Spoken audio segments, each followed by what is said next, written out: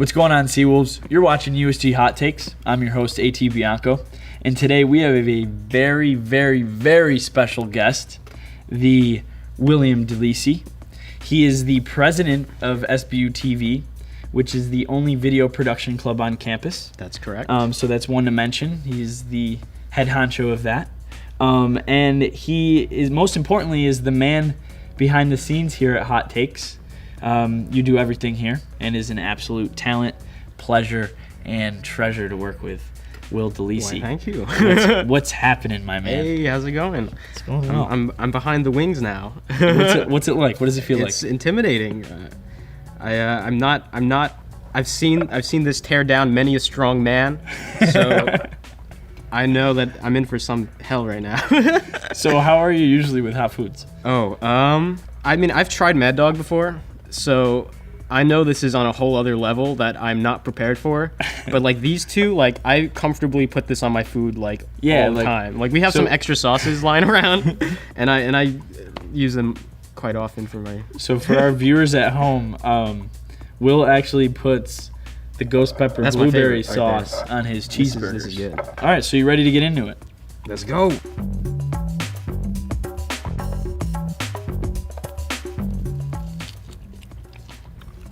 There's napkins here. Our wings are provided by the Culinart Group. So thank you for providing us with our chicken. We'll get right into it. Okay.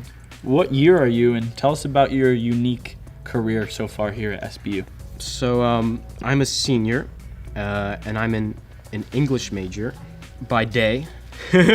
But on the side, I'm also a freelance filmmaker. So you see the side. Stop being humble. On the side. At this point it's your now, thing. It's your at this forte. point now, it's like the thing I focus on. I've sort of started my own little business, and I work closely with a good friend of mine, Sebastian, who we were sort of working together. And shout out Sabe Saga. Yeah, you know. Yeah. And you know, like this year, I've been focusing a lot on my business. I've been getting into wedding filmmaking. I do things like I've shot real estate. My friend Sebastian does that a lot, and he brings me along on that. I've done work for like nonprofits. I do sports. So over the summer, I shot highlight videos for the New York Cosmos, their soccer team. Wow, that's just a testament to all your hard work that you've put in outside the classroom and all the connections that you've made. Well, I think like the tough thing about being at Stony Brook and trying to do this is that when you go to like a film school or you go to a school that has a media and communications degree, there's sort of a network that you're easily put in touch with, whether that's your professors or the resources on campus. Coming here, you don't really get access to that kind of network. And so I came here, and there was like a number of things I wanted to do. And English was something I was always good at. I've always been a creative person, always been into the arts. So I decided to take English, and for a while there, I was pretty gung-ho about it. I was considering the honors program. Like I had a professor sponsor me. I became a writing tutor, and I was doing that. So I was like going for it.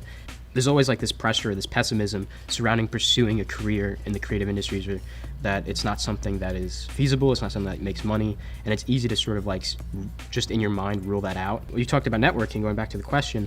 Sophomore year, I met that person I mentioned, Sebastian. He was in school for business. Like he didn't have a technical education, he didn't have a degree in it, and he was out there actually doing it. And when I saw that, I think that was like the boost that really said like, oh, like this is actually possible. Like here's this person doing, like why can't I do it? When you're in a school that doesn't have a network there for you, it kind of, in a weird way, it propels you to find it yourself. And I think it lit a fire under me. You know what I mean? Because you come to realize like, wait, I can't rely on college to like. I think that's a trap people fall under, is relying on college to hand them the job, hand them the degree. You have to take initiative and look elsewhere. If you're passionate about it and you put in good work, other people see that and they'll refer you and things like that, and it sort of starts snowballing is what I've found.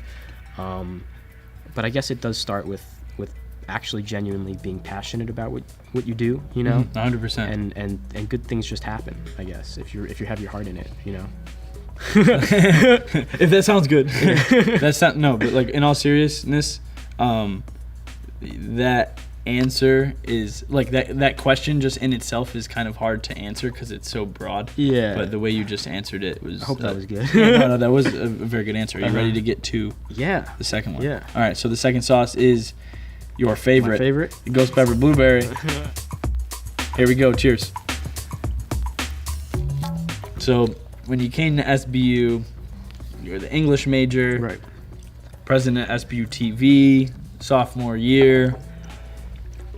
How did hot takes come to life? So someone in my e-board at SBTV, and also someone that I went to high school with, Ian, was part of USG. He came to me like, hey, like, USG could use your help, like, in terms of, like, video work and things like that. So he got me on board with USG. He had this idea for a show. It's literally, I mean, the whole thing's a ripoff of Hot Ones, you know? Yeah, like, and we always say that, too. Yeah. It's like, because we want to give credit to where credit's due. Like, we thought that this was a solid idea. And it's a solid idea, you know. The best thing I think about the show is that you have these professors whom students might only know from their classes, or, you know, will never think, you know, like Jarvis, for example, like seeing those concert tickets, reminiscing about his youth and about hip hop and things like that. There's an air of like light levity to it, as with the wings, and Right. I think that levity helps guests sort of like take themselves down a notch, take themselves less seriously, and be more open and engage in a fun conversation. Like, these are like genuine people, you know, and they, you know, it sounds like it's obvious, you know, but like, you know, like sometimes it just needs to be shown, you know. Right. But also I think there's a lot there that students can learn from, seeing other students talk about their experience at Stony Brook. I think there's a lot of relatable content in our show. Like, that's sort of the things we look for, right, when we're picking a guest. Sometimes it's just like, we need a guest, you know, like. Right. I mean, you were a big part of it too, Connor. Well, I mean, this episode is all about you, my man. Well, yeah, so like he came to me about the show and he was like, I need you to film it. I was like, this is cool, because at the time, like, I was just really like deep and learning and YouTube and all this stuff and buying gear and like, you know, researching and stuff like that and testing things out, making my own videos and like making bad stuff, but like, you know, learning from it. So like, I thought this was a great opportunity to, because I liked looking at the show and the way they had it lit with like the pure black background, and like this would be an interesting thing to try to copy, and I could learn from it. So I was excited about that. Talk about the studio's role in providing, you know, a place for, you know, hot takes to happen. If you don't know, which a lot of people don't, unfortunately, there's a legitimate like video studio here on campus. It might not be the most up-to-date thing in the world, but like, it's here, you know, and there's a great space here. And we're here we film in the ECC building on the first floor, and it's behind Javits. Studio if you A. don't know. Yeah, a lot of people don't know where that is. It's always like weird to explain, like where they have to go. Yeah. Because most people don't know this exists. But I've actually known it exists since freshman year. I've worked here as a student assistant. So Deanie, the woman now who runs the studio, who's an incredible resource on campus that I don't think also a lot of people know about. She's a hidden gem. She believes in students, probably more so than I think anyone else that I've met on campus. And she 100% gave us total control over the show, let us use the space, let us use any resources, you know, very, very, very supportive. Opened up the studio for us. Really, this is the first student show that is done in the studio. The first time a totally student-run thing has been done. And that's really something that she lives by. Yeah. She's a genuine, down-to-earth person who wants to see students succeed and wants to help them as well. All right, so the next sauce is pain is good. So, Clink Wings, cheers.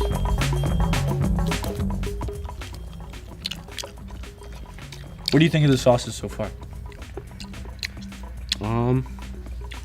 So far so good. I know it's not coming though. It is the next I know one. it's coming. This wasn't that bad. This wasn't that, I mean, like, Yeah, make sure you save your milk. I haven't touched it. All right, I cool. believe me, I've been studying your performances. I know what to do. All right, so we'll get right to it then. Run us through the usual creative process of lighting, filming, editing. each episode, and talk about like some of your favorite edits that you've done for favorite episodes. So, I mean, the creative process is, honestly, it's not that creative. It's literally ripping off how they do it on Hot Ones for the most part. Mm-hmm. Like, even from our introduction, the B-roll sequence we have with like the close-ups of the sauces and the wings and like, and the music, you know, it's all sort of like meant to, even our logo, you know, is sort of like trying to mimic the look and feel of Hot Ones, but like not totally copy it, but like be close enough where you can clearly tell the influences.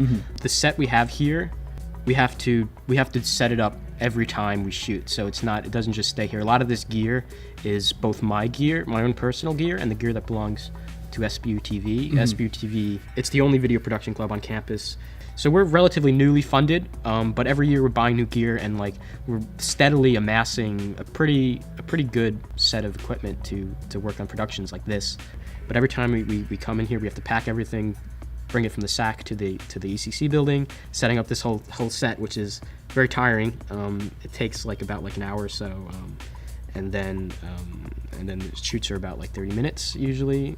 Sometimes we sit down for an hour. Sometimes it's an hour, yeah, like this one might be shaping up to be. So the editing process, right? That's a very, very important part of this. Yeah. I mean, in order for it to be entertaining, you know, things have to be cut out often. Sometimes, because I'm a full-time student and all these things, sometimes I don't really have the time to like cut them down properly, but some episodes where I've really put in the time like are sort of meticulously cut down and things are removed in order to so that the information flows more clearly, you know, and also just adding in like things, just this entertaining things like they do it on Hot Ones too, like the reactions and like the little effects that like enhance the ear ringing, but the bass. You know, anything to like put the viewer, give them because like what the guest is experiencing, like obviously the viewer can't experience, they only can tell from like looking at their faces, and a lot of times like just sort of enhancing that or adding little things that might help and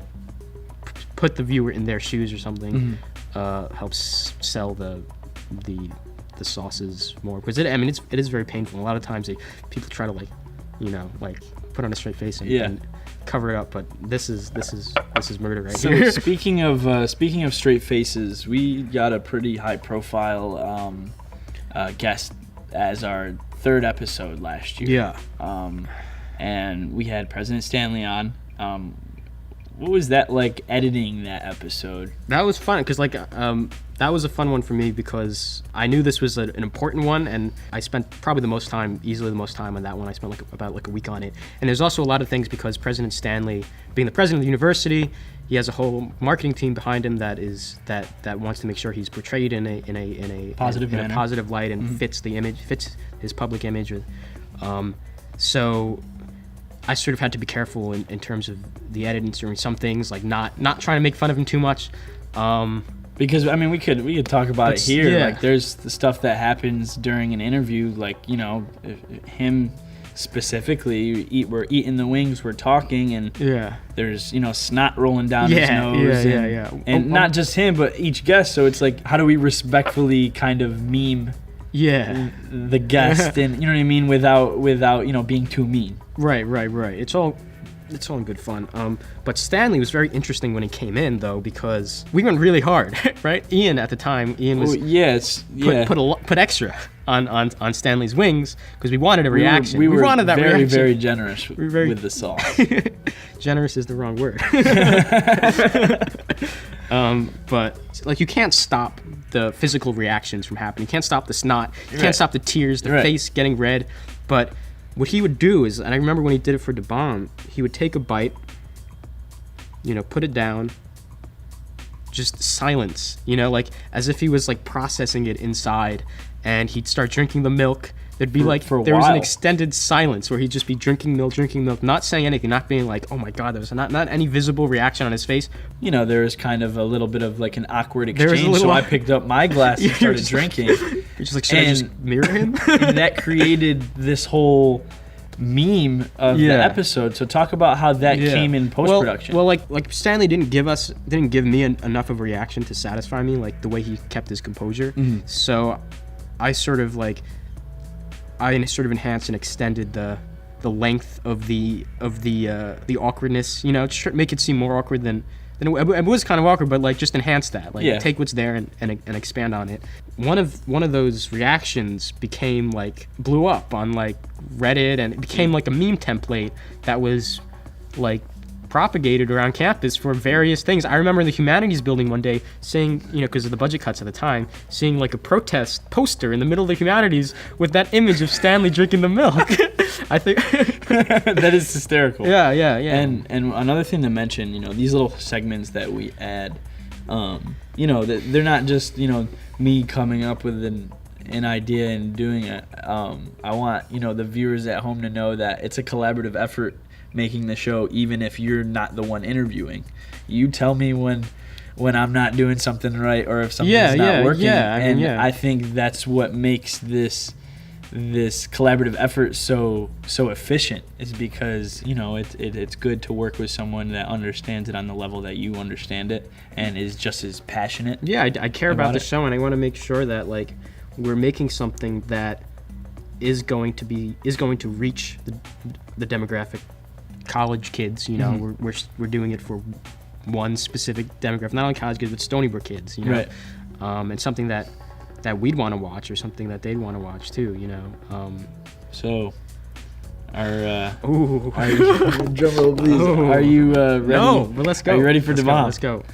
You've tried every other sauce. I've tried every one. I've shied away from this because I've seen what it does to people, and I don't like it. It breaks many a man down.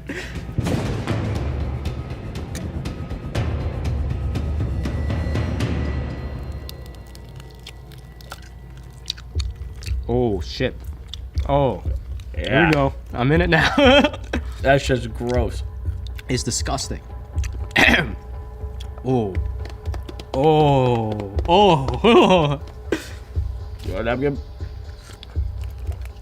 I'll take that. Oh. All right. So we're going to jump right into it here. You're an avid music listener. What are your favorite artists or genres to listen to? I know this answer is... Oh, shit, dude. Music. I love music. It's really important to me. I'm the kind of person that can just sit for hours just listening to music and not... Same. Like sometimes, like, that's I thought I was the only one. And I'm always finding new things. I listen to a lot. Like right now, I've sort of been listening to a lot of the Smiths. I've got my shirt here. There's a British post-punk group from the 80s. I think they're absolutely incredible. So the Smiths, The Cure, a lot of these British new wave bands I've been listening to right now. Stone Roses, Oasis, Blur, Radiohead, a lot of British rock bands. Beatles are like my favorite group of all time. What about them? Like, what era of the Beatles are you the mostly a fan of? I always would say my favorite album is Revolver, which came out '66.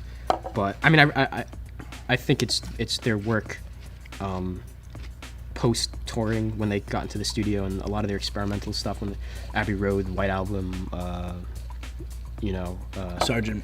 Pepper. My favorite song is probably Something, which is George Harrison. I think George Harrison is incredible. I think he wrote some of the best songs for the Beatles, and his solo career is by far the best solo career. McCartney, I saw him live a few years ago. Yeah, where? At Madison Square Garden. Wow. Oh no, Barclays, yeah, or I forget. Probably one of those. Somewhere in New York. Somewhere in, and his voice is gone, absolutely gone. Cannot sing, unfortunately, but it's like I didn't really care, because I didn't go to like hear him. You hear him sing. see him. I came to listen to him. Like I would have much rather had him stand up there and lecture me than sing, because like this is an absolute legend. I love folk music. I love Dylan. I love Neil Young. I'm a big Neil Young fan. Stony Brook brought Bob Dylan. Stony Brook had Dylan. That's crazy. In the 90s. Actually. Really? Yep, in the 90s. So interesting. Yeah. I didn't know that. But I listen to all sorts of genres. I'd probably say I'm a rock music is my number one genre, and all its subgenres too, like alternative rock. I love punk music as well. I love early punk from the 70s, like The Clash, The Ramones, pop punk. Green Day is one of my favorite bands.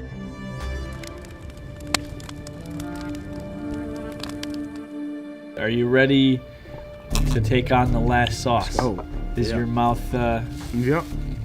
Okay. I'm fine. Because mine was. I had a rough time with that. Really? One. Okay. Yeah, Okay. rough. I might have. I mean, it was bad, but I might have eaten the less saucy side. Maybe. All right, so you cheated a little bit. I might have. That's cheated. all right. Unintentionally. I forgive you. All right. Cheers, my friend. This is Mad Dog 357. Here we go.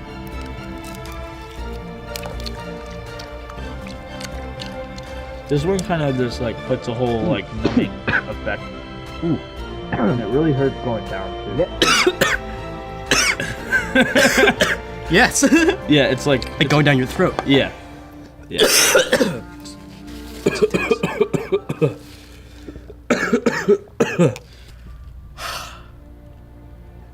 So this is what it's like. So this is what it's To like. go through the gauntlet. Filming something last week. I was at a gig in the city, and I had an allergic reaction because I'm allergic to tree nuts. I lasted the whole shoot. I finished it up in an hour. It was an hour, and then it was so strange. The second I finished the shoot, and I went to the bathroom and I vomited.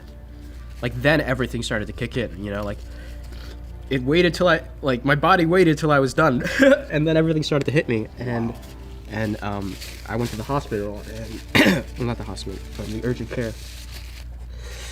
And I was fine after that.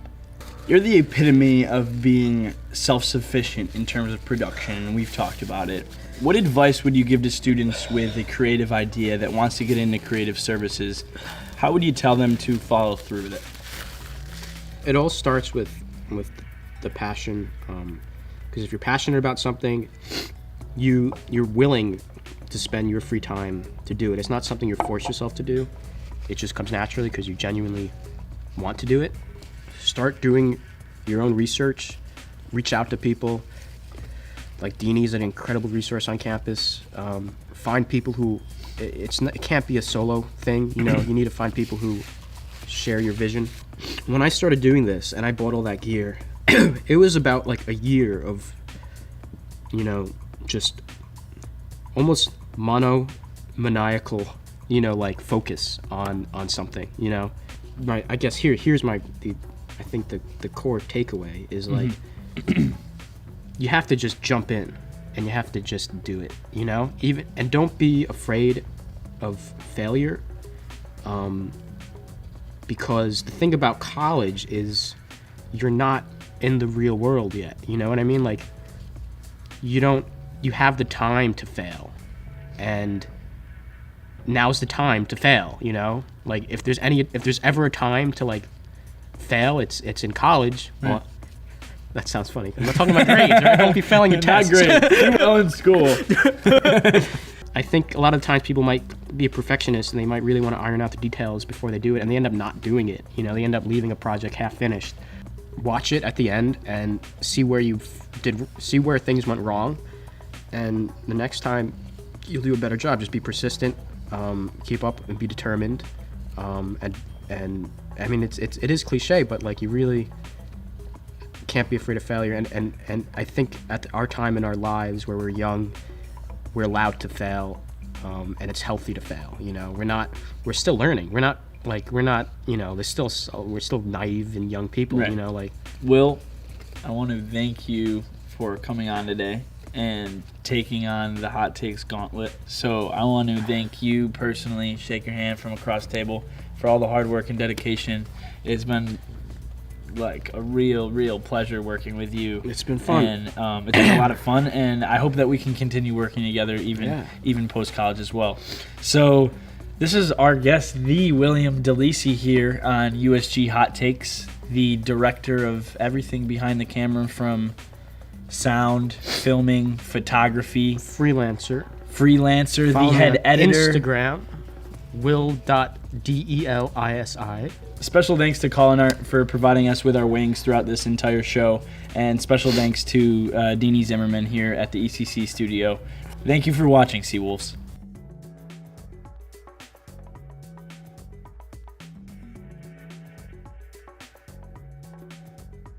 You're watching USG Hot Takes, the hottest show on campus.